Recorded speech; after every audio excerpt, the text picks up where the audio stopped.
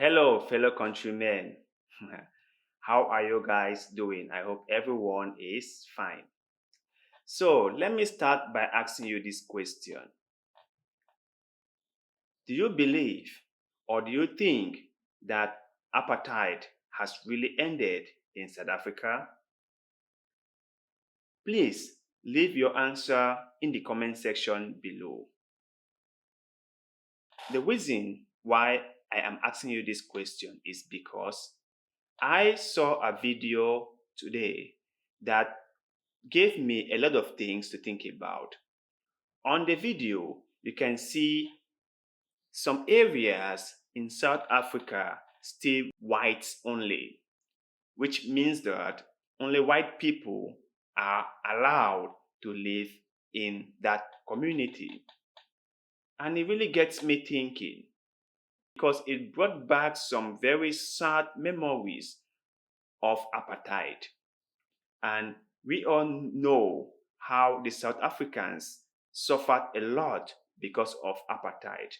But before I continue, please watch this video. Welcome to Orania, a remote farming town in South Africa's Northern Cape. It prints its own money, runs its own banks, has its own holidays and manages its own affairs. Sounds like the perfect township to relocate, right? Well, hold your horses. To enter Orania, you have to qualify on certain parameters. The foremost is the color of your skin. It has to be white, because Orania is a whites-only town. The uniqueness is too obvious to ignore. Wherever you go in this township, you will only find Afrikaners. White people with Dutch ancestry. They do all the work, from playing the piano at the church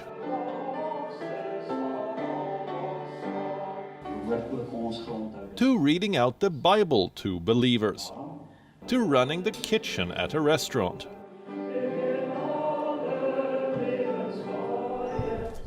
To even gardening at orchards. All jobs, big or small, are reserved for white people. But the residents of this town insist that they're not racist. We are from Africa, that's why we call ourselves Afrikaners. We want to remain here.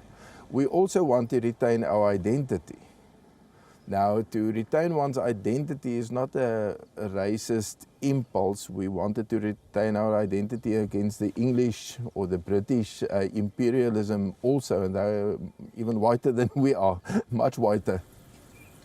Orania is often dubbed as the last outpost of apartheid, a system of institutionalized racial segregation. South Africa abolished apartheid in the 1990s. But the legacy lives on in Orania. In fact, the township was founded by the son-in-law of Hendrik Verwoerd, South Africa's former prime minister, who's considered to be the architect of apartheid. So, my brothers and sisters, you guys have seen, right? There are still areas in South Africa for whites only. You know, I am not against migration. I am not against foreigners living in our country because I, for one, I am a foreigner in someone's country. So I cannot be against foreigners living in other people's country. But I am against foreigners coming in and carving an area just for themselves. Just imagine how it will feel or how it will look if, for example, Africans in Thailand carve an area and said it's just for them, and Thais are not allowed to live there. It's just for the Africans. How would that look? Even though we keep on saying that apartheid has ended in South Africa, but I do believe it hasn't because I think there are many more areas in South Africa which are just for whites only. And some of them might not even be spelled out. For example, you might go to buy a house in a very rich area or beautiful area in South Africa. Just the price of the house alone will make you not to live there. The people purposely make the price too high so that Africans cannot afford. And let me ask this question also because it has always been on my mind for a very long time. What did South Africans benefit from the end of apartheid? Is it the freedom to vote? Is it economic freedom? Because as far as I know, Black South Africans are still the poorest in the country. No one needs to tell you when you see where the white South Africans live and where the Black South Africans live. You can see a great difference. The white South Africans have far more better jobs than the Black South Africans. So you can see a clear difference between these two peoples. It's very clear for everyone to see.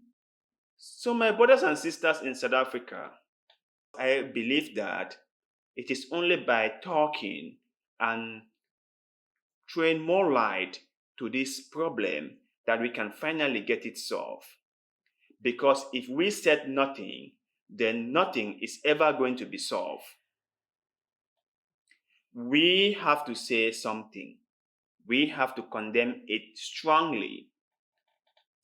You cannot come in and carve an area just for you and your people. Now, you might argue that you are a South African by birth. Yes, that is correct. But we all have to live together.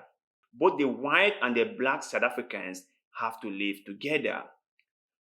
No one should carve out an area for themselves. Neither the whites nor the blacks. They are all South Africans. So we should never allow any area of the country to be reserved for a particular race of people. It's not correct. And South Africans, you guys must talk about this. You guys cannot let this keep on going.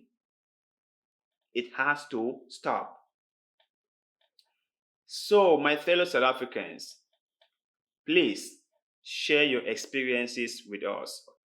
How has the end of apartheid in South Africa benefited you and your family members? Let us know in the comment section below.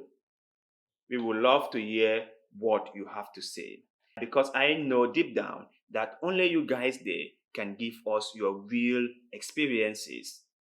We from the outside may not understand your pain and struggles. So let us know in the comment section below. That shall be all for now. See you next time. Goodbye.